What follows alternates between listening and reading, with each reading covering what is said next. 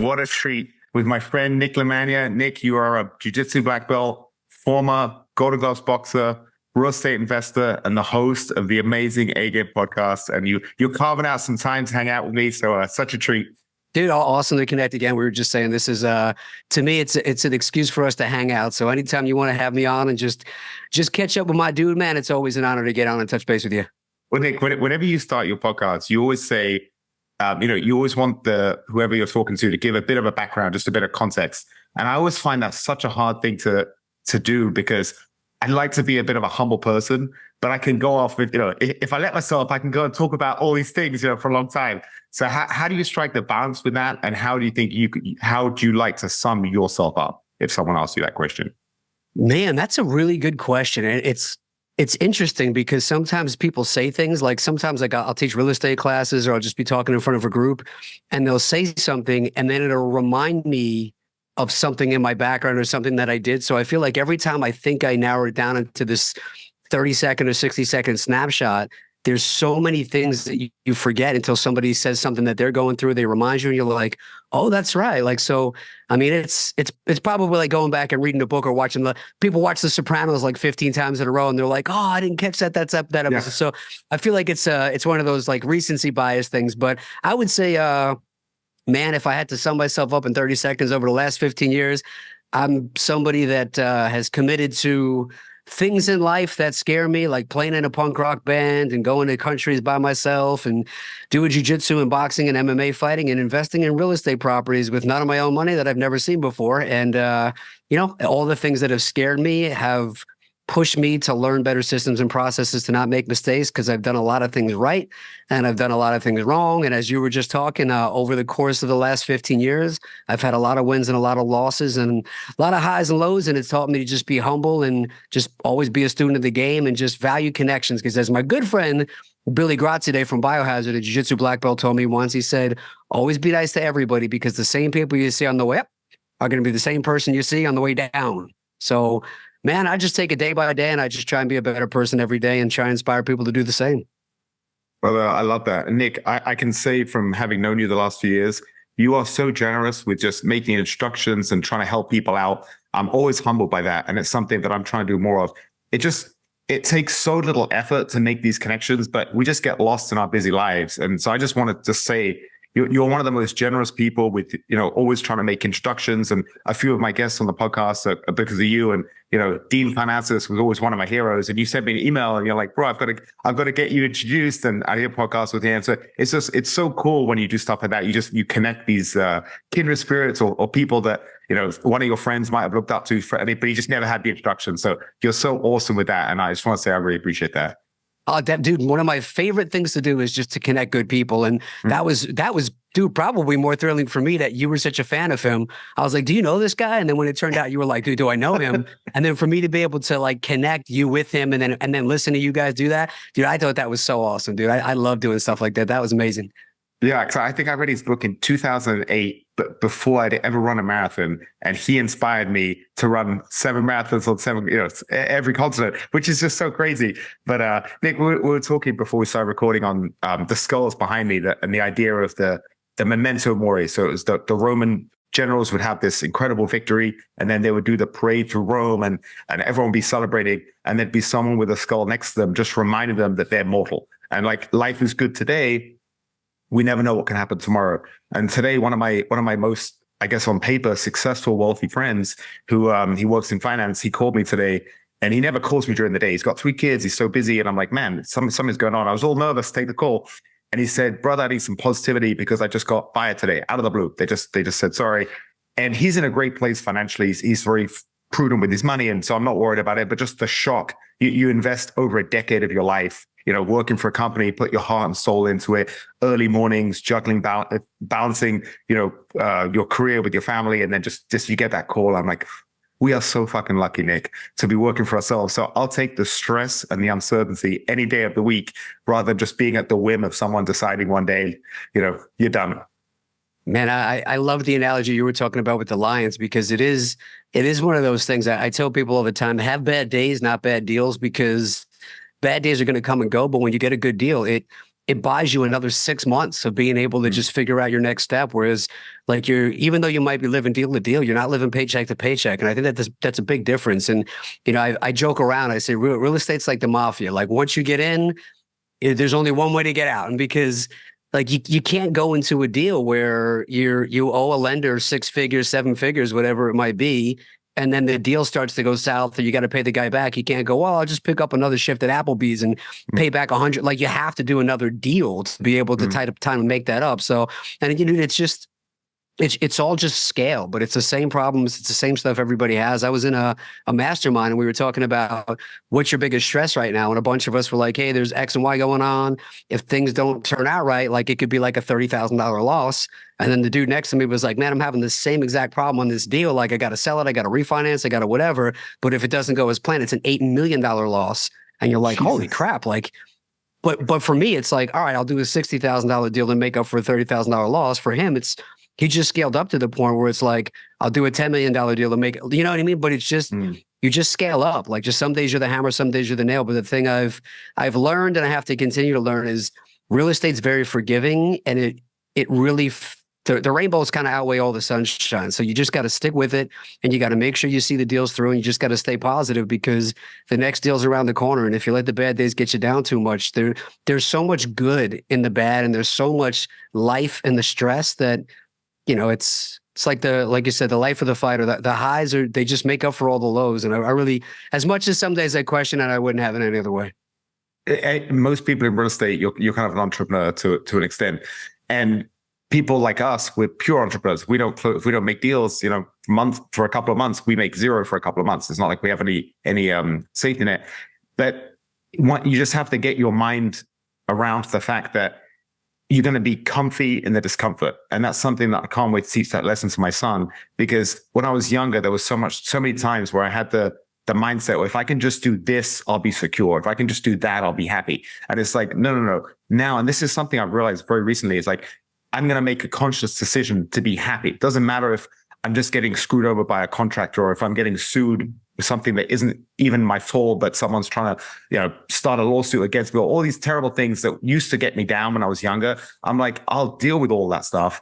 I'll deal with the crappy real estate market, interest rates at 7.5%, business slowing down. I'll deal with all that stuff, but I'll figure it out at some point. But right now, I'm just going to be happy just because. And I think that's something I wish I'd realized when I was younger, because with the stress of fighting, like say when we were boxing in the Golden Gloves, I remember when I would have a boxing match in a couple of weeks, or an MMA fight, and I couldn't even comprehend being happy until it was over, because then I could just relax. So I used to always think, I don't know if you've seen that movie Click, but I'd always think, man, if I could just fast forward the next few weeks until I'm done with this, I'll be so much happier. And I always used to think that. And it was only the last MMA fight I had, when I realized I was going to retire after, that I was like, okay, this is the last time I'm going to do this. I'm going to really appreciate the experience. And it made such a difference. And I remember thinking, fuck, if I had that same mentality when I was 24 and had my first amateur boxing fight, I would have enjoyed the last decade so much more. And so it's so funny. It's so much easier to change your mindset than change the world. And that's something that it just was a more recent revelation, where, for us in these uncertain times, and even people with a 9-to-5, it's still uncertain. They could wake up tomorrow and one of their family members could be sick. You could get a cancer diagnosis. You could have a horrible accident. We never know what's around the corner. And generally, good news takes years of hard work to get. Bad news tends to come from a phone call or a doctor's visit or something like that. So it's just I'm personally really just trying to be happy with every day, because I know if you and I were 60 having this conversation, we would both say, fuck, when we were in our 40s, early 40s, why didn't we enjoy life more, Yeah, you're right. Dude, you just said two things that, one, that's how I know you're my guy, because nobody else talks about Click. I love that movie for that reference. And I know people think it's like a goofy movie, but the lesson in that movie, I think, is one of the best ones I've ever seen. Like, it's just, for people who haven't seen it, like, take it as a goofy Adam Sandler movie, or take that as a very, very valuable life lesson. But what you just said about good news and bad news, I've never heard it said like that. That's incredible, man. That was really deep.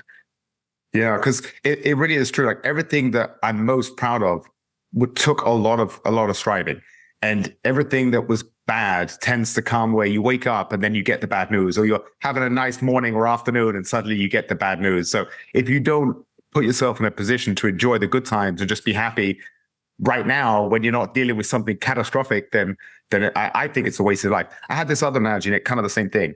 If you and I spent 20 minutes right now and we wrote down everything every goal or dream or aspiration we could possibly hope to achieve in the next 25 years, if every single one of those came true and we wait until they're done before we're happy, we're going to be 70 years old. It's too late. So you have to, it's kind of that Steve Jobs analogy when he gave the, I think it was a honorary degree or something at university. He gave that speech where he said, you have to have the confidence that in the future, the dots will connect. And that's kind of what I mean is I'm not where I want to be in so many places in my life, but I'm confident I'm going to get there. So I'm going to be happy knowing I'm on the path, because if you wait till you get there, it's going to be too late. Well, I think that that's a fantastic analogy for business and for life, because, and you tie it into fighting. I always tell people I never actually cared about the result of the fight. I cared about, did I know I did everything to prepare for that night? And then it's out of my control. But as long as I'm in there, whatever happens, if I know I didn't take any shortcuts, I ate the right meals, I did the right training, the result is just going to be what it is. And I feel like that old analogy of fall in love with the process, I think the problem is people, and I'm guilty of this from time to time too, you get sidetracked with other stuff and the whole balance of non-revenue generating activities. But when you write your goal for 20, 25 years, you have to look at it and say, am I doing everything I can right now to put myself in that position? Or am I just writing down that goal and hoping it's going to get there? And I think when people write down goals and then they go back to just getting sidetracked on the stuff that's not putting them in that direction, that's when they get frustrated. But I think you can have solace and confidence in the fact that you're on that road if you know you've already put that in the GPS and you're heading in the right direction. Like, I can get on a plane, I have to go to LA. If I don't know where the plane's going, I'm going to get frustrated. If I know, like, hey, it's going to be a 5-hour flight, but I'm on the way, like, I maybe not the best example for it, but you know what I'm saying? Like, you have to start taking those steps and moving towards those goals to be appreciative of the process. I think if you're not putting yourself every single day of doing something to put yourself 1 degree towards that goal, that's where the frustration comes in, that you're not getting where you want to be. Nick, this is why you're my guy. That is so spot on. And I'll stay with the fighting analogy. When I was 23, I had my first amateur boxing fight. And it was one of these, that's actually a crazy fight. It was at a gentleman's club on the north side, far northern suburbs. And in between the boxing fights, they had like strippers doing stuff in the ring together. And it was just like, I remember my coach being like, Jesus, Lawrence, I'm trying to focus. He was a hilarious guy. He's like, I can't see this right now. He's like turning his back to the ring, in between the matches. And I remember that. I was a young kid. I was single, and there was a girl. I worked for a few months when I first moved to the US. I was in Chicago, then I was in New York, then I was back to Chicago. And at the time, I had a girlfriend, but there was a girl in the New York office that I was kind of we were always flirting together. I had a bit of a crush on her. And then I broke up with the girl, so I'm single. She's coming into Chicago, and she's like, I'm only here like this one night. Do you want to hang out? And of course, it was the night before my first amateur boxing match. So I hung out with her. We had a late night, we had a lot of fun, but I was all tired the next day. And then I remember it was a 3-round, like a tough fight, like back and forth war, and I lost the decision. And even though I thought I won the first 2 rounds, but never mind. But the last round, I remember being so exhausted. And I remember right after having that thought, I was like, listen, I know I still trained hard for it the last few weeks, but I know that it wasn't the ideal preparation going out with a girl, the night before, having a late night and everything. So I was like, okay, from now on for the rest, and I actually stuck to this the rest of my fighting career.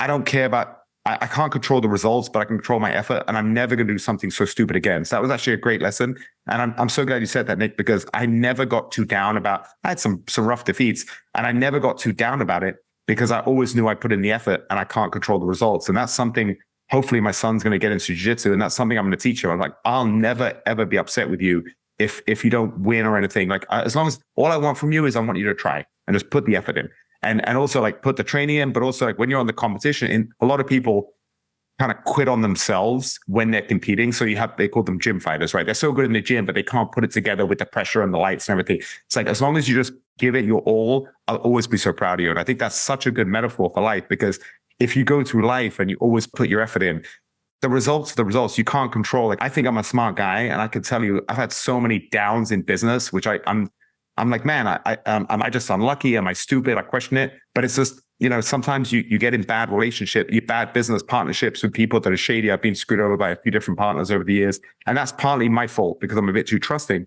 but also like I'm not going to be too down about it, because I'd rather go through life with like a good heart and trying to see the best in people than going through life making millions but just screwing over everybody and being distrustful and unhappy. Dude, so many good lessons there. There's a story I end every class I ever teach with that's kind of relevant to what you just said about. And I tell them like, hey, if you guys are just getting into this business, be prepared, because your whole life, your whole circles, all your experiences are going to change completely from what most people live like. Like they don't have the same circles. Like everything's totally different, but you're going to come across some amazing people and you're going to make some amazing connections, and you're going to come across some bad partners, and there's going to be a lot of people that disappoint you. And you have to make the choice of how are you going to let that affect you long term? Like, what are you going to focus on? Because it's very easy, like you keep saying, to make the choice of, are people like this or are people like this? And it's really what you choose to see. And like, I'll try and condense this a little bit, but I went for like so like one of those like healing type of whatever. I forget what she was, if she was a masseuse or whatever, but she goes, hey, look at the wall. And I want you to look at all the crystals on my wall. I want you to count how many of them are blue. So I goes, okay, close your eyes. I closed my eyes. She goes, how many were blue? I was like, 16. She goes, awesome. How many of them were purple? And I was like, I have no idea. She goes, because you weren't looking for the purple, you were only looking for the blue, so you didn't see it. And I feel like, kind of like fast forwarding this, Renzo Gracie was on the UFC Unfiltered podcast, and it was like one of those stories that I remember for the rest of my life where, and I might butcher it a little bit, but he said something along the lines of like, hey, I got to leave early today because there's a retirement party for my friend. And they were like, well, who's your friend? He's like, oh, well, she's my friend who worked in a toll booth. And he's like, that's weird. How'd you meet her? He goes, well, I like to take the cash lane. I hate going through the easy pass lane because I love to meet people. And he goes, I would drive through one day and I look at her and I'm like, hi, like, how's your day? And she was like, dude, 50 cents. And he was like, oh, how's the weather? Oh, well. So she didn't want to hear him. She was like, give me the money and get out of here, dude. So it was like, I'm going to go back the next day. I'm going to try and make her smile. And every day he just kept going back and going back and going back. And eventually he hands over to her and he wore it down. And she was like, the day's okay. How are you? Oh, the sky's okay. How are you? And then eventually they became like friendly. And then he started saying that they started hanging out. And then I think they were having like Thanksgiving dinners together. And he was like, fast forward 15, 20 years, the retirement party he was going to that night was her. And they'd become friends that long that she was now retiring. And I either Matt or Jim Norton or somebody was like, dude, why didn't you just go to the easy pass lane? And he said, because either you change people or people change you. And he said, either I was going to be somebody who came back and made her smile, or she was going to be somebody who made me stop trying to make people smile. And I was like, boom. Like, dude, that's a conscious choice right there of a guy who chooses to look at the positive. And that's where, like, when things suck, I try to be like, yeah, like, what do you choose to, am I going to remember all the partners that screw me over the years? Or am I going to remember that I met freaking Lawrence Dunning and now, like, we get along awesome and I wouldn't have come across a great guy like that? Brother, I love that. And I remember when I've met Renzo a few times at tournaments and things. I remember the first time I met him, I was a blue belt competing with my instructor, Jay, in California at the Worlds. I think it was 2007, maybe. And I remember he was there and I think I went up to him and I was talking to him for a bit and we got a photo together. And I'll never forget, he was so, I mean, I was a nobody, right? I'm a random blue belt in a tournament. He was so nice. He was so friendly. And that really that's the person that I want to be. I want to be the guy when I walk in the jiu-jitsu gym, you have that positivity and the good energy, just like Matt Serra. Like there's something about those kind of people where they just have that infectious positive energy. And like that story, it's like, who does that? Only an exceptional human who does that. And man, like I think so funny. The older I get, the more I get inspired by something like that, as opposed to like some guy who's like, oh, I mean, it's incredible. And I'm not trying to just diminish it, but in the Chicago Marathon on Sunday, that the runner set a new world record, which is incredible. It's like 2 hours and I think 38 seconds or something insane to run the marathon.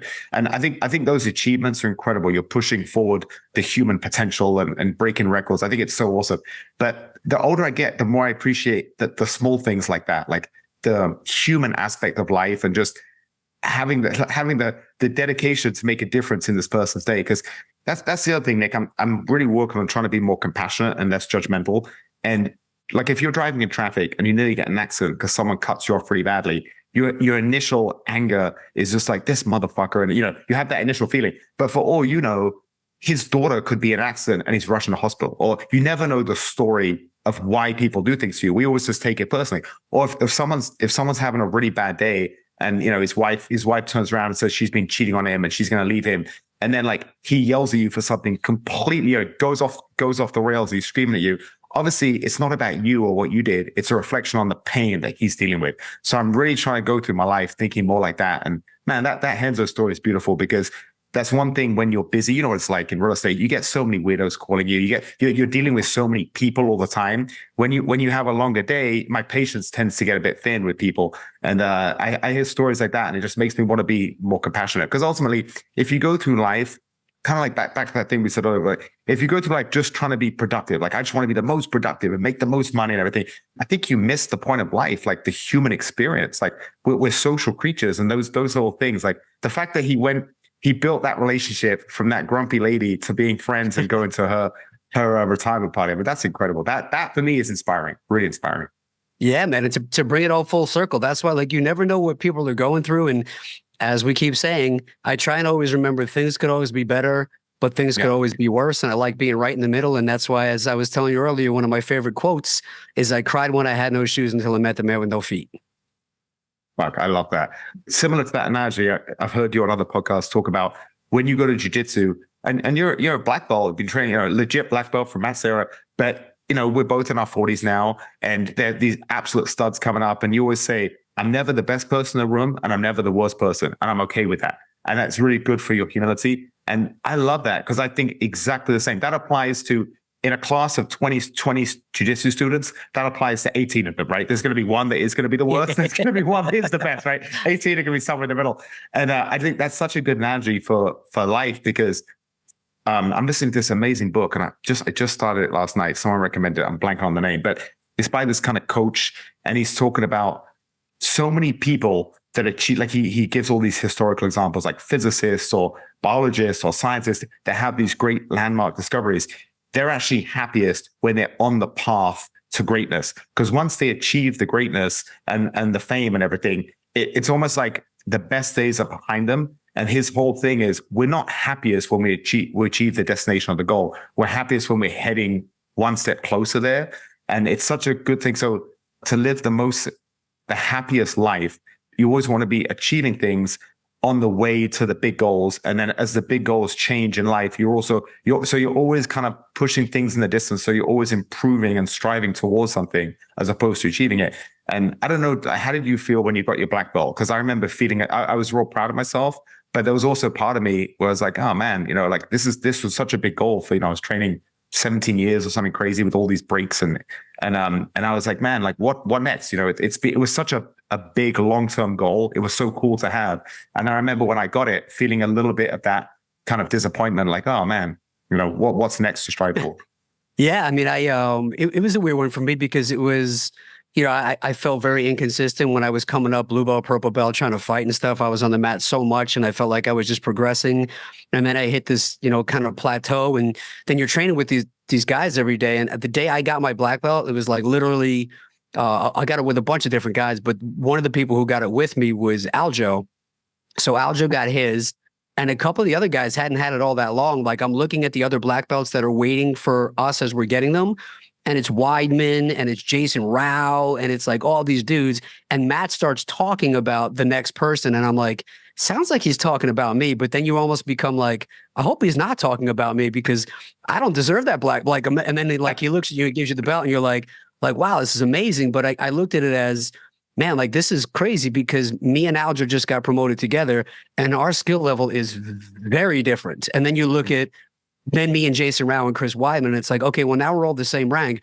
But you say to somebody who doesn't realize, like, oh, all four of us are black belts. It's like the variation of black belt is so different. And like that's, I think, one of those inner circle things where I liked it in the sense that, okay, I probably earned like some respect to be able to get that on and off the mats that Matt has to say. You at least have good enough jiu-jitsu and enough character to have a black belt under me, which to me was like that. I was like, man, that there's no better feeling than getting a black belt directly from Matt Serra, who you like and love and respect so much that he like looks at you in that light. But then the pressure that comes from now I have to carry around this everywhere I go, every gym I go to. It's almost like, well, when I was a purple belt, I thought there was pressure, but now there's like all this other stuff. And, you hear a lot of guys that get their black belts and then they stop training becomes the next thing. But I looked at it as this is now a whole new Like I think somebody once told me the difference between white belt to black belt isn't even close to the difference from black belt to black belt. Yeah. And that kind of clicked on me that day of like now the real journey starts. And, you know, I think that becomes I've noticed over the last few years as I get older and I go to different gyms and I train as a black belt, having the black belt is less about like, I might be saying this wrong, but coming up to black belt, I felt going out to other gyms, it was more about the skill level. And now that I have a black belt and I go to other gyms, it's more about how I represent myself as the character of a black belt under Matt Serra. So it's not about me going in and tapping everybody out or even getting tapped out by guys I shouldn't. It's how do I handle people? How do I handle my conversation? How's my energy? How do I work with lower belts? How do I show respect? And to me, that's been like the bigger thing. And every day I go there and I'm like, you know, like you said, there's a little bit of extra pressure, but I took a white belt class at Sean Williams' place the other day.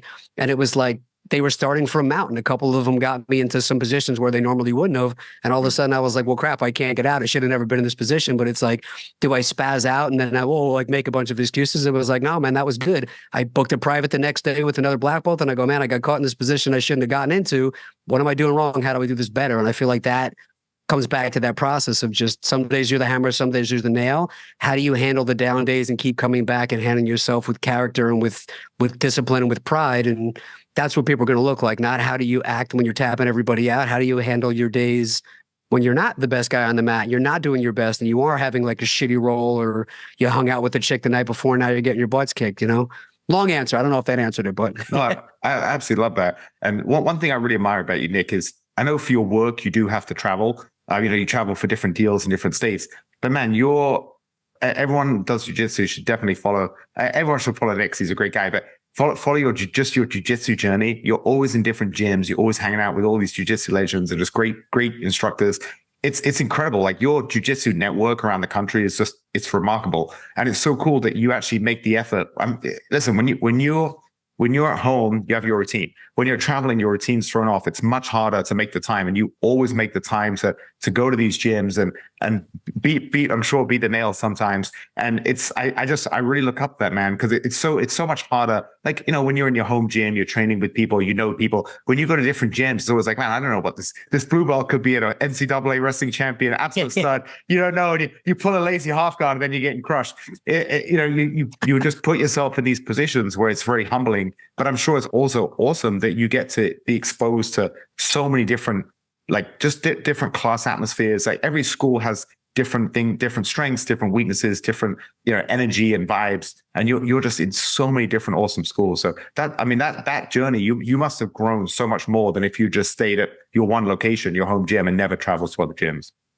Yeah, dude, I'm blown away on a daily basis that I can pick up the phone and I have these amazing names in there that I'm like, how did I like train with this guy? How do I get to do that? But jiu-jitsu is a great equalizer, man. It's amazing. And I think I was talking to Gary Tonin about it, how, you know, when you meet guys that are black belts or pro MMA fighters, even just any MMA fighters in general, they have such humility and humbleness because they're always, one day you're the hammer, one day you're the nail. And he actually said something different that I'm used to hearing. He was like, well, not really. He's like, at some point, he's like, black belts can become assholes because they're not used to getting humbled. He's like, I mean, look at Gordon Ryan. Like he can be, I bet there's not many times that he's just getting his ass kicked and has to leave there humbled and humiliated. Like, but so Gary Tonin constantly is putting himself in these terrible positions because he's like, I don't want the first time that I'm in that position to be in a fight when it counts. Like I want to, and he's like, sometimes these white belts or these blue belts will tap me out and they'll leave there saying I tapped out Gary Tonin, but he doesn't give a shit. He's trying to, so I feel like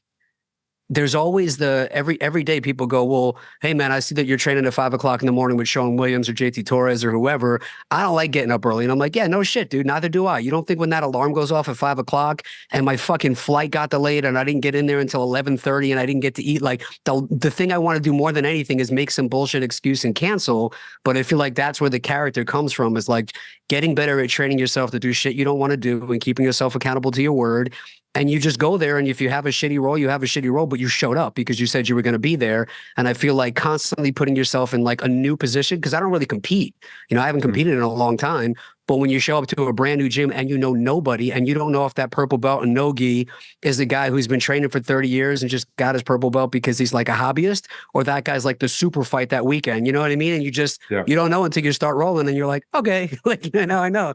So I think you just, you know, you keep challenging yourself, you keep putting yourself in bad positions, but you keep doing things to make yourself feel uncomfortable and challenge yourself, and just holding yourself responsible to your words, a really good habit to constantly get into. I couldn't agree more. I mean, the overlap of jiu-jitsu and business, I just think there's so many overlaps. And that idea of your alarm going off and you're tired and you're just not really, if your energy is low and you don't really feel like getting up and going, but you go anyway. I remember having ex-girlfriends in the past tell me, oh, it's easy for you because you do it. And I remember thinking they have no idea. Easy, like, especially now as I get older, obviously my wife knows, she's great. But people that just see you doing things and they think, oh, it's easy for Lawrence to do it because he's doing it. And they give all these excuses. Man, if you want to hear my excuses, I've got a lot of excuses, but I just don't listen to them. And that's one, you just gotta, it's like, I don't even give myself, I have my schedule, what days I'm training, and I decide what I'm going to do for the week. And I mean, there's very, very odd occasions where I get caught up with family or whatever and I miss a workout, but it's so infrequent because you can't give yourself options. Because if you give yourself options and you're in your 40s when everything hurts and you don't have the same energy, you'll never go. So you just have to go. And I don't know about you, Nick, but it's always those days you don't want to go that you go and you feel so good afterwards. And that's another analogy for life. Doing things that you don't want to do like that. They always say, or eat the frog first thing in the morning. Try and do something early on in the day you don't want to do, and it'll make your day easy. And I'll say, I got an ice plunge in my basement, and the idea was for all the health benefits. I was like, I want an ice plunge for the health benefits. What I didn't realize is it's made me so much happier in a couple of different ways. And one way is just, I don't like the mornings, I don't like the cold. So going in there early on in my day, it's getting there, eating my frog. But the other thing I realized, Nick, is I put an alarm on. I do 3 minutes in, I think it's 39 degrees, so it's nice and cold. And I get in there, those 3 minutes are miserable, but they go by quick. And I think, man, like really quick. I'm always like, oh, I got to text this client or something. And I'm writing a text halfway. And then it's like, whoa, it feels like, a minute, maybe 3 minutes has gone by. And it's like, it's a great analogy for life. Life is flying by. Like it just makes me appreciate time going by quickly. Because if it goes by so quick when you're in a miserable, cold state, how much is it going by? Like, I had a great wedding. I married my buddy, and I was in the wedding party on Friday. Shout out to my buddy Mo. And I met him at noon. And before I knew it, it was 1 a.m. I'm like, where did those 13 hours go? They went like this, brother. And it's such a good analogy, but that's our life. Our life is flying by. So if we don't appreciate every day and do the things that are important to us, it's going to be too late before long. Dude, see, again, this is why you're my dude, because I was literally about to say, when we talk about doing stuff you don't want to do, right before we were about to start to record, I ran an ice bath and I threw a bunch of ice packs and a bunch of ice in it. And I was like, I have 10 minutes. What can I do in 10 minutes? I was like, I could take a 3-minute ice bath, and I'm not going to want to do it later, but it's on my schedule to do today. So I'm going to do it. And that was like another example of I'm trying to put more and more things in there because I'm more productive when I'm doing shit I don't want to do. And like doing that and then doing something else. There's an email I've been like putting off, and I'm like, as I go throughout the day, like I don't hit the snooze button, I get up. I can't go to jiu-jitsu, but I promised myself I'd do 30 minutes with my grappling dummy, and I'd watch Professor Glick's half butterfly guard, and I'll send it to you. But something that's really been helping me is my buddy introduced me to something called the Weekly Rhythm Register. And I printed out, it was Monday, I printed it out yesterday, and I put all this stuff on there, and you keep a scorecard. And just having it there, it's such a stupid thing. Like I know I could do it anywhere, but taking the pen and just making the check of, oh, I did this today, and knowing I can fill my week up earlier and kind of check those off helped me a lot. But even like that ice plunge was I mean, how many people go, oh, Nick, I would love to do that, but I don't like the cold water. It's like, no shit, dude. Do you think anybody's like, oh, I'm dying to get into it? Like nobody does, but it's part of, you get in there and you do something you don't want to do in 3 minutes. Like it doesn't sound like a lot, but and this is, kind of full circle too, to the circles you surround yourself with, the people you hang out with. I've been taking freezing cold showers to the point where, and they're not like, I'm not taking like warm showers. Like the water's so cold sometimes that it gives me brain freeze. And I just went out and I hung out for like a week with my buddy Alberto Crane, who, dude, you got to get him on your podcast. This guy is fucking incredible, man. On so many different levels, with the stuff he does with the MS to the jiu-jitsu to the business to just everything, man. But he goes, hey man, I just got because he's got like a healthy restaurant attached to his jiu-jitsu gym. He's got Bang Muay Thai attached to that. And then he's got a spa attached to his whole thing there. And the spa has a brand new cold plunge. And he's like, we're going to do the cold plunge. And my business partner was like, dude, you have to do it. You talk all the time about the cold plunge. And I was like, well, it can't be that much different. I take cold showers all the time. Holy shit, dude. It was so different. And oh my God, it was so hard. But I did like 20 seconds and then I got out.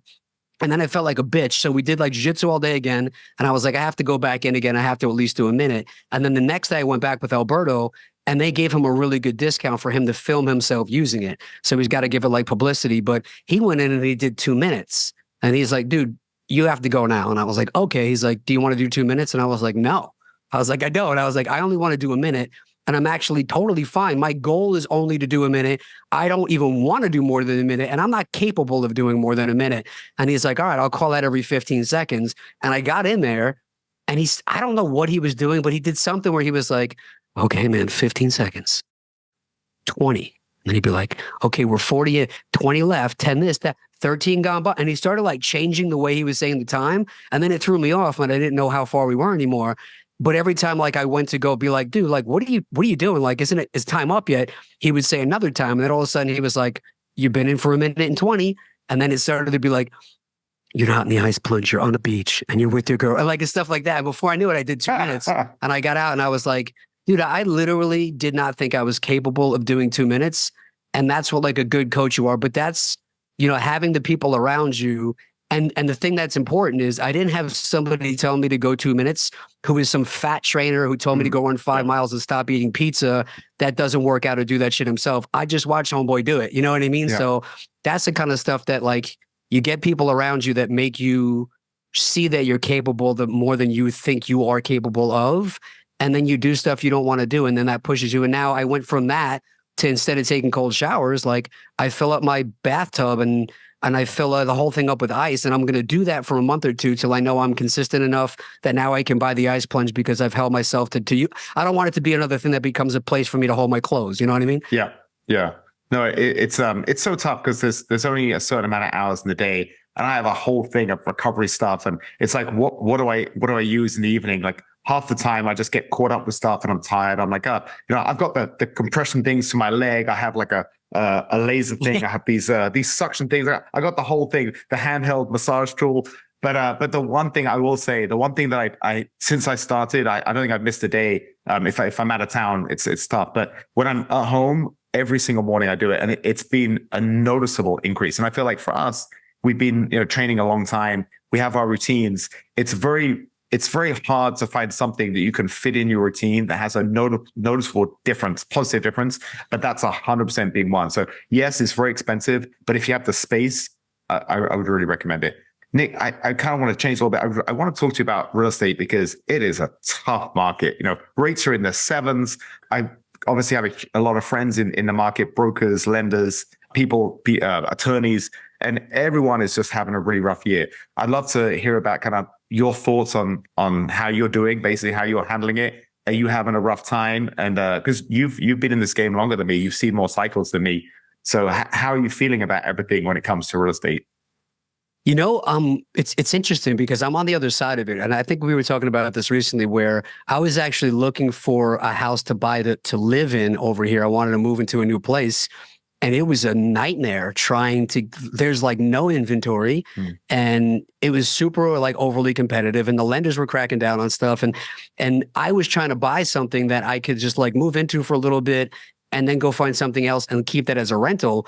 And none of the places around my area, the HOA restrictions were all that you can't rent. So I was like, well, like, what's the point? So that, as far as like, if I was an agent or if I was looking as a retail buyer, it's a nightmare. Like, I don't know how, even I think there's like 15 listings a month, even if you had all of them, like, hey, it's tough. But on my side of it, it almost becomes on the investor side that hasn't been the issue for me. I'm still getting leads all the time of people that are willing to, like, shout out. You just did a great episode with Naya Pedicos, and she's doing stuff like creative financing and stuff too. I think it's a great time for that because if people can't get their price because the people can't afford it anymore, you can still get a good property with a good interest rate. And even stuff like this is now the time to be creative. Like, so she was talking yesterday about how even if you went to somebody, she gave this amazing breakdown of, let's say you can't get it at like 60, 70 cents on the dollar. Let's say they go, I want retail. It's like, cool, you want retail, but we're going off market. So you're not going to get closing costs on both sides and you're not going to get the realtor commissions that you have to pay. So retail to you is technically 90%. Is that fair? And they're like, okay, cool, 90%. and then she locks in another buyer on a lease option with an option to buy. Let's say the average price is 400. She locks them in at 440 for 12 months from now with a 3% down payment. And then she gives them a premium of like, okay, well, my mortgage payment would be 2,500. I'm going to charge you 2,900, and I'll give you a credit back if you exercise that option the first year. And most of the time they don't. So like there's always Tim Khalees, he said there's always opportunity and volatility, meaning when things are tough over on this side, there's always going to be light at the tunnel at the end of that side. So I think if I'm looking at what a hard time it is for retail buyers to get properties, the key here is to find other ways for retail buyers to have more options to buy when lenders are charging higher rates. So if you can get creative with the way you buy and you can get creative with the way you sell, like my buddy Nick Ligamaro, he can sell properties all day long because he negotiates good rates on the buy. And then he basically sells them as the bank on the other side. And even if he gives them the same high interest rate, there's so many people right now that are like me that are like, we show losses, we have write-offs and stuff like that. So you're not that attractive of a borrower to the bank, but there's tons of people that have cash and they can't get financing in the traditional sense. So I think there's a lot of opportunities off market with buying stuff with creative terms, with selling stuff on creative terms. And there's a lot of people over the last couple of years that I'm starting to see now that I'm getting leads for that are coming from a few interesting places. One of them being they settled over the last couple of years for a property just because during the pandemic, it was like, we're going to go work over here. We're going to settle for this house. And then they realized that that wasn't really where they wanted to be. And now maybe they're getting called back into work. And now they're going, well, I can't work from home anymore. I actually have to go back into the city 2-3 times a week. And I can't afford to keep doing the traffic. So now I have to go move closer, but I can't afford to pay rent here and a mortgage there or 2 mortgages. So I don't really need the money from selling the house because there's really no equity in it right now, but I can't afford both payments. And if I sell it right now at market value, I'm losing 10%. So that's when you can come in and you can say, look, I'll take one of those payments off your plate, put me on a 5-year balloon, a 10-year balloon. And I was looking at it as picking them up as like off-market rentals for me. But now I'm going to actually shift that model I like the idea of selling them and creating immediate cash flow and down payments on like a sandwich lease option or a seller financing type deal. So that's kind of where my model is right now. And I also we did a couple really good deals with wholesale projects where you can get a property that somebody's in some sort of distressed or motivated position to sell right now, and the house really doesn't need a ton of work. It's just outdated or neglected, and you can come in and clean it up. And people will settle right now to move into a house that doesn't have the granite countertops and the stainless steel appliances. And like, you don't have to get to the point where in a normal market you have to compete with all the other nice houses in the area. If you make it safe, clean, and functional, and it's got conventional financing like safety on there that it'll check that box, you can sell that just like almost like a fully updated house for the most part. And a resale buyer would pay more for it right now because you're playing on the fact that there's high demand, there's low inventory, and it's hard to get properties, and people are going to settle. And I think there's a massive opportunity. If you can get a deal any way you can to get a property, even almost at market value today, you can turn around and sell it unconventionally to a retail buyer. And there's a lot of opportunities there. It's just a matter of how are you getting the deal. And I think going on market right now is extremely tough, but going off market right now, I think that there's a lot of opportunities there, and we're getting like a lead a day. Yeah, that's definitely true.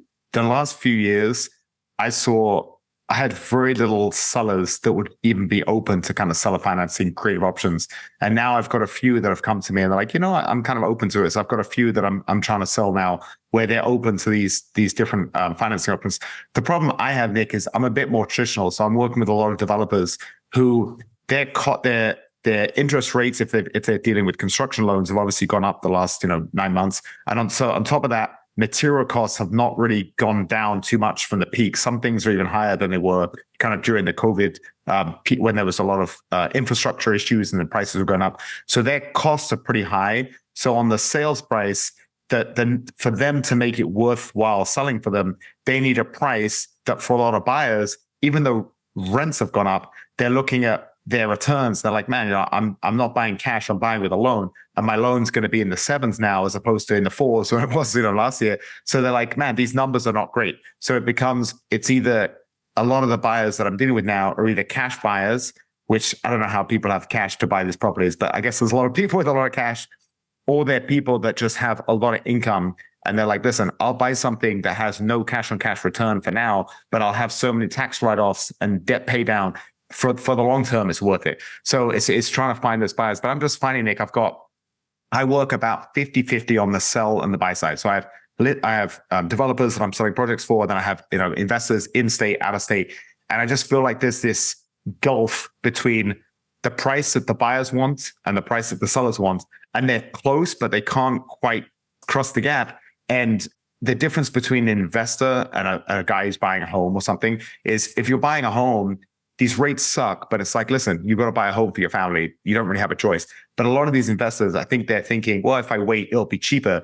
And I think they're wrong. I think that if interest rates, say next year, come down, I don't know, 1.5%, it doesn't have to be huge, something leading into the election, I think suddenly we're going to really see all these buyers on the sideline. They're going to come in, and it's just going to be like when we came out of COVID and we're dealing with no inventory, bidding wars and everything. So I think we're going to see that again. But, if someone has that mindset, well, if I wait, it'll be cheaper, they can be 100% wrong. I can explain these things to them, but it's hard to convince people that that don't see it that way. Because, we're all guessing about what the future environment's going to be. Do you have any thoughts on what it's going to be like next year in the real estate market? Yeah, man. So you just brought up so many good points. So again, there's different strategies of different buyers. I think on the new construction side and on the development side, when money's more expensive for everybody. So home buyers, it's more expensive for us. If investors, it's more expensive for, and builders and developers, it's more expensive for. And if you see that it's affecting people when they're buying a $200,000, $300,000, $400,000 home, how do people think that affects the builders who are buying these $200,000, $400 million projects? That's why you can't stop some of the things. Like when you drive around our area and you see these massive developments, those got approved years ago. They can't just stop now, but you're seeing a decline. Like I have a guy that does a lot of studies on this, and I've been looking at it. There's been, I think, the first decline since like the 1990s in like new builds and new construction. Because at this point now, if rates are up, labor's up, materials up, builders aren't just going to build just to be nice and make people houses. Like, it doesn't become affordable anymore. So we're seeing actually a dip in a lot of these markets for new construction. But now you're seeing that the contractors, as far as I can see, that were for a long time, like it used to be, contractors live paycheck to paycheck. But because these big construction projects have been going, the GCs and the subs, they've been pretty stable. So they haven't had to get really comfortable, or that's not the word I'm looking for, but like realistic with their prices. It becomes like, hey, Lawrence, you want me to fix up your fix and flip for 40,000? I got a lot going on, man. I'll do it for 70,000. Like, that'll make it worth my time. And now you're starting to see that because those are running out, they're starting to come back and go, well, crap, like, where's our golden goose now? And now they're starting to come back to remodeling instead of new construction. And I think the prices are going to start to come down a little bit for the labor, because there's going to be that workforce that's looking for that. So I think that's going to be a good thing. But I also like adjusting that for, I don't know a way to get around that right now for people that are buying it, because I have a development that's supposed to be closing. Let me knock on something. But their big play is, I tell everybody, if you're waiting on the sidelines for things to come down, what do you think is going to happen when they come down? Like exactly what you just said. People are going to jump back in, and now the prices are just going to go back up. So you should be using the fact with your sellers that the interest rates are higher to put it on the math of, like, I'm always big on blaming the person that we can both get on the same team for. And so it's like, hey, Mr. and Mrs. Buyer Seller, it's not me, it's not Lawrence, it's none of us, it's these damn interest rates. Let's all be pissed at the interest rates together so we can be on the same team. But the reality is, if you run the math, I can't buy that house for the same price I could have 6 months ago when the interest rates were 5. Like, I literally can't. I can't rent it for the same. I can't sell it for the same. But the way I tell people right now is, if you're looking to get in, you buy. If you get a deal, and again, if you're just looking to move in as a homeowner, don't complain about interest rates, because if you look at what they used to be, they were 16, 18, 14, 12. Too many people are basing it on not what's realistic. They're basing it on the last 2 or 3 years, which will never happen again. So if you want to base all your decisions for interest rates and prices and days on market, multiple cash offers and appreciation on the time that we have for the last 2 or 3 years, you're never going to invest again, because we're never going to see 1, 2, 3%. We're never going to see 40 offers, all cash over asking price, sight unseen, non-content. Like, that's not going to happen. But 30, 60 days on market, maybe 1 or 2 price drops, 3 to 5% appreciation. Like, that's normal. Awesome. Yes. Like, get in now. And if you can get a deal as an investor right now that you're at least happy with, we don't have a crystal ball. If the interest rates double, you look like a genius for jumping in when the interest rates were low at 7 or 6%. And if they come back down again, just refinance, because if you had a decent deal at 7 or 8%, when you refinance at 4 or 5%, now you're right back in the game. But I look at it as even over the next 12 to 24 months, they're going to start some problems that they're going to be able to come here at the end of next year and say, we're going to solve those problems. So they're going to basically be the arsonists and then say that they're the heroes around election time. And everybody's going to feel comfortable again because they are going to drop the interest rates to cause some artificial positivity in the market. And when those people jump back in, if you have anything you own right now, it's only going to be worth more when the interest rates come down and people jump back in. So the only danger I see is not buying something now. As long as you buy something half decent, you're okay. But if you're waiting, you're going to get in the same position we were into 2-3 years ago, when now everybody's jumping back in, the competition's too high, and now the prices just go back up again. So you have to choose. Do you want a better price with a higher interest rate, or do you want a higher price with a lower interest rate? You can always refinance. If you don't have the real estate, you're kind of dead in the water. You're not doing anything. Nick, that was such a great rant, because it's so true. What you said is, we don't have a crystal ball. If they go up, you're gonna look like a genius, and if they go down, you refinance. And I always try and tell that to people. I say, I know humans in general, we're horrible predictors of the future, and there's so many historical examples of this. So I can't tell you what's going to happen, but I can give you strategies. And you just gave those 2 strategies. It's true. If rates keep going up, you're going to be so happy you locked in your loan at these rates. And if they go down, you refinance, and suddenly your numbers are going to look a lot better. And it's the same, like when I bought this place, that my home with my wife, I remember I got it under contract in October last year. And the rates, for the product I was using, it was a 3-year investment arm with 15% down. And I wanted to use that because we were going to do a rehab. So I wasn't going to move in for 6 months. So it was the best loan to get. And I remember those they were at 4.5% or 4%, and they jumped up to 5.5%. And I remember at the time being like, Jesus Christ, they jumped up 1.5% very, very quickly, like in probably 6 weeks or 8 weeks. And I remember thinking, Jesus, you're an idiot. You already missed the boat. And so I got it at 5.5%. Now they're at 7.5%, that exact same product, So now I'm like, oh, I'm a genius. So, but I remember that feeling, Nick. I just remember that feeling like an idiot. I'm like, I'm such an idiot. Why did I lock this in 2 months ago? Would have saved myself so much. But so it's so true. What about this? Because in your business, Nick, you put your number out there. You're always looking for deals around the country. I've had this conversation with friends where I say, if I look at my year, all the clients I've worked with to close all the transactions I've closed to make the money I make. If I just had that, I would have the best job in the world. But I have so many time wasters and people that we get so far along, we're even sending offers, and then we just, for whatever reason, we never get it under contract, or it doesn't stay under contract. You get all the way to that close, or it's just people that ask me for a million things, call me 25 times, and then they just ghost you.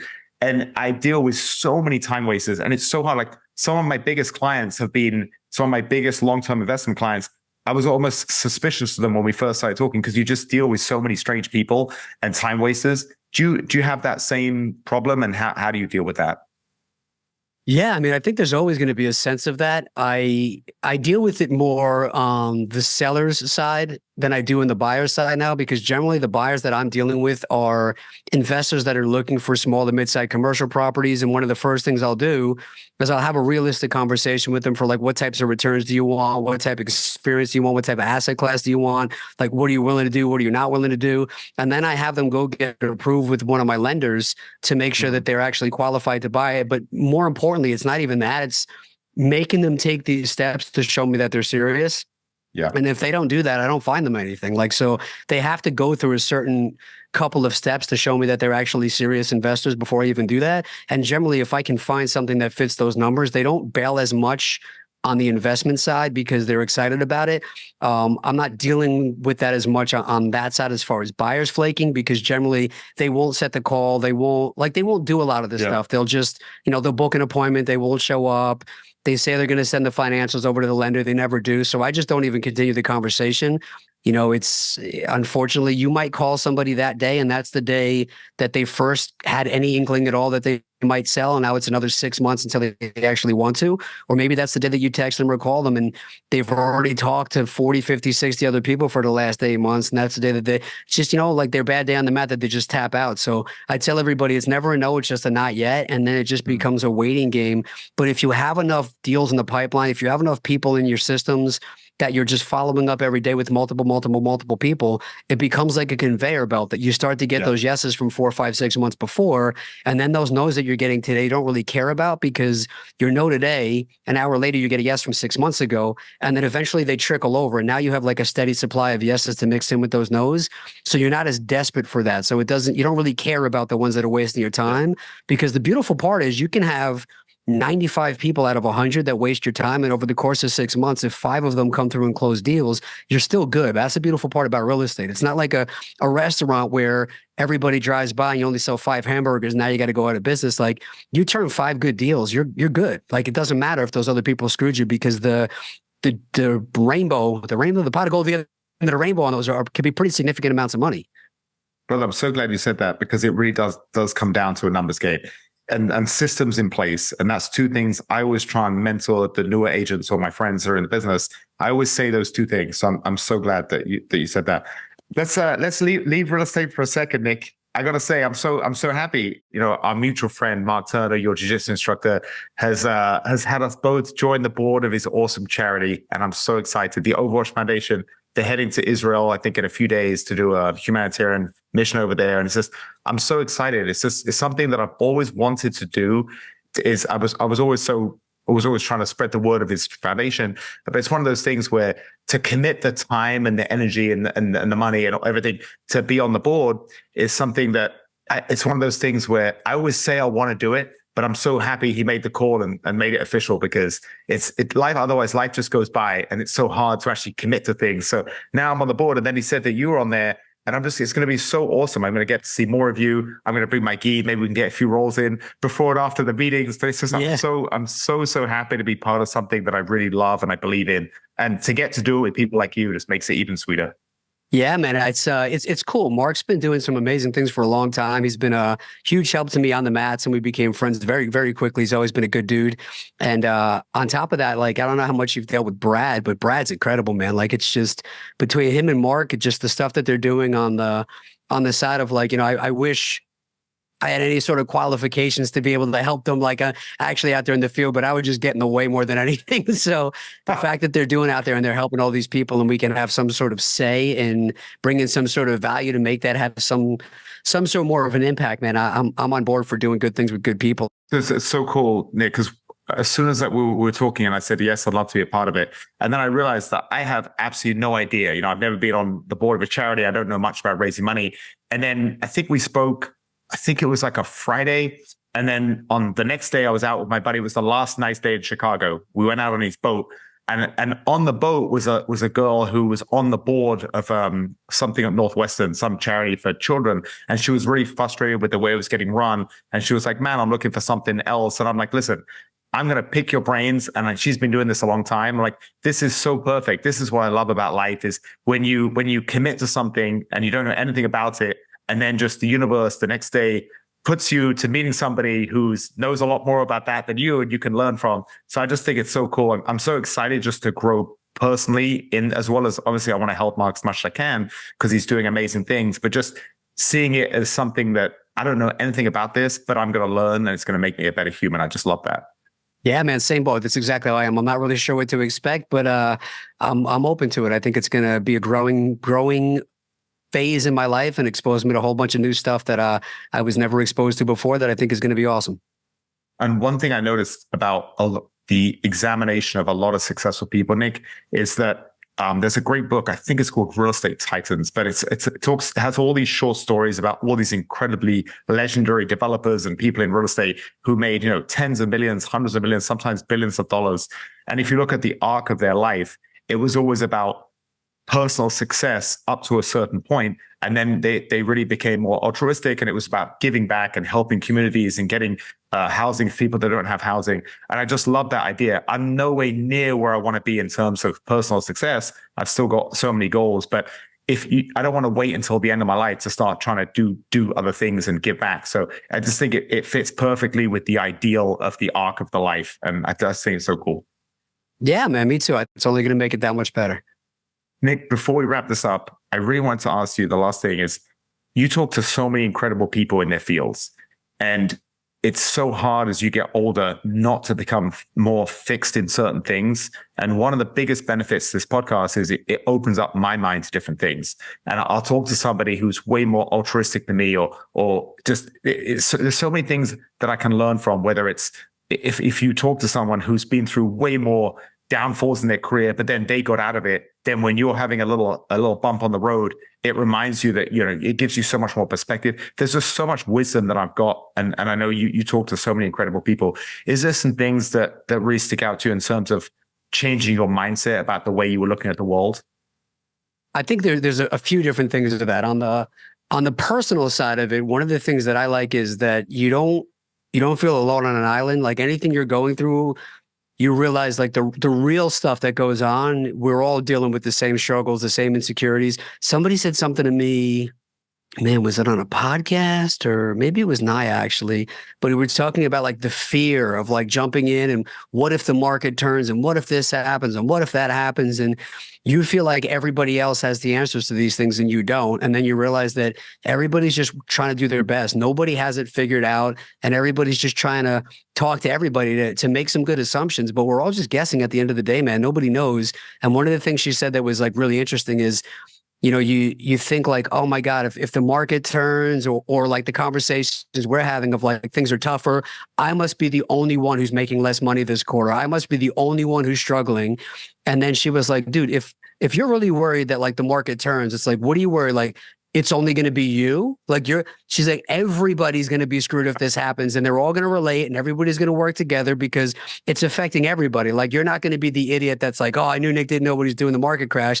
Millions of people are going to be like, so it was kind of like that. Oh yeah. Like you feel like sometimes you're in this bubble and the whole world and the whole market revolves around you. And then you realize like there's all these other people that are trying to deal the same thing. And I love being able to connect on that side of it. And one of the, kind of answering your questions, I remember a time where investing in a perfect example is Indiana, where you are now, and thinking like, man, I'm from New York. Indiana has to be just nothing but cows and tumbleweeds and moonshine.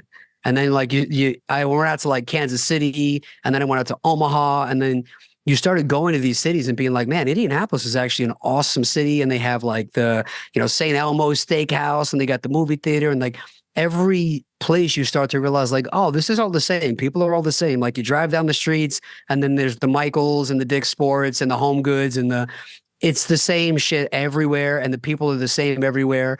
And we have these things that we see on the news of these exaggerations of the personality of the guy with the spittoon. And like that's not how it is. Like most of the places you're going to go across the country, people are the same. And now with information, because of the internet and social media and podcasts, I feel like we're connected on a level that we've never been connected before. And what I think is going to eventually happen is the same way that we're now connected state to state, city to city. I think that's going to spread across the world. And you're going to see that people across the world are pretty much the same. And what we're seeing on the news or the stereotype of what you're hearing or the news stories, that's not what most people are. Like most people are all the same and they're all just trying to figure it out. And we're all struggling and we're all nervous and we're all scared and we're all excited and we're all just trying to do our best. And I think that's when you realize like no matter how great that person's Instagram stories look, when you sit down, they're having bad days, they're having good days, they're having insecurities, and then they're having confident days. And just like bringing the whole thing to jiu-jitsu, man, there's days that they're the hammer and there's days that they're the nail. But the biggest thing is the people that are successful,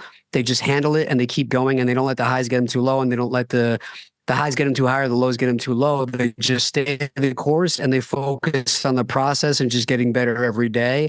And like really the whole thing we started the conversation talking about, that's the biggest thing I see from everybody I talk to that's successful on every level, whether it's Aljamain Sterling, Brandon Turner, David Green, or Lawrence Dunning. It's, stay the course, surround yourself with good people, have somebody you can go to talk you off the ledge when you feel like all hope is gone, but then get back on the horse and just show up the next day and keep doing what you're doing and trust the process and stick to your goals. And as long as you don't quit and you follow that, and you hold yourself accountable and you do all the things we've been talking about with, structure and habits, you'll get there. But I don't know, long answer to go there, but people are all the same, man. Nobody has it figured out. Just get with people on the same path that are going to keep you accountable and optimistic and moving forward. And you're going to look back and be happy that you just kept taking those steps. Nick, I just love that because it fits perfectly into this philosophy that I have that you're never going to get there And if you do get there, you're going to feel lost because you don't want to get there. If someone gives you everything you possibly want in life and drops it in your lap, you're not going to be happy. You're going to be aimless and goalless and listless.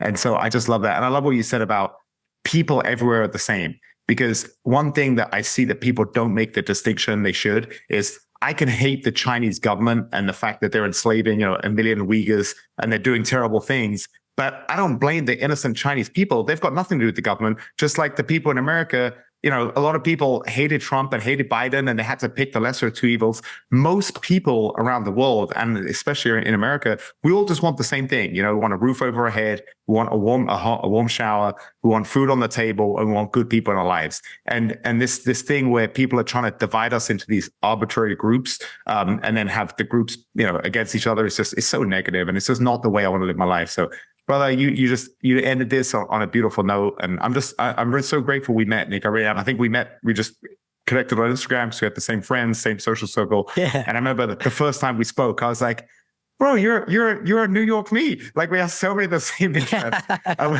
We're both just we're trying to do the best of what we have and just put good energy out there. And I always appreciate you, man, because when it comes to podcasting, you started the podcast way before I did. You're further along the route, and you've been so helpful to me, not just introducing me to people, but man, I listen to you and I've seen you're such a smooth host. And I've noticed, I didn't really hear any bad episodes early on, but I can definitely tell the improvement and the work you're putting in, and you're having all these awesome guests. And sometimes you hook them up with me, and I'm just really fucking grateful, man. Like, ultimately, what makes life beautiful is things like this, like nice conversations with kindred spirits who inspire you, and just being on this path with you. And I love what you said just now about when you're going through difficult times. I never relish in other people's misfortune, but just knowing you're not alone, there's that solidarity, and it gives me a lot of strength, a lot of comfort. And like you said, we're all in this together. We really are. So I just really appreciate you, man. And obviously, anyone listening, check out the A Game podcast. Connect with Nick on Instagram. I'll put links in the show notes. But I'm just really grateful for you, brother, and I'm so glad we met. Likewise, man. You're one of the coolest people I know. You inspire me every day, man. And anybody I can ever hook you up with, I'm more than happy to. And again, I'm just figuring it all out. It's funny because I re-release podcasts towards the end of the year, and I re-released them, and I'm always like, I can't believe I interviewed that person with like no mic, and I wasn't even prepared. Like, you look at how bad that was comparative to where it is, but you just didn't know any better. And I'm sure 2 years from now, I'm going to listen to this and we're going to be like, oh, this background, this, that. But you just keep doing it. You do the best you can, and you keep moving forward. And again, the coolest thing is just the connections, man. And you've been an amazing connection, and you always make the effort. You always pick up the phone, and you're always honest. You're always inspiring. You're always a breath of fresh air, man. So I appreciate you, and anything I can ever do to help you, I'm more than happy to share any experiences I've had, good and bad. I love you, brother. Thank you so much, Nick.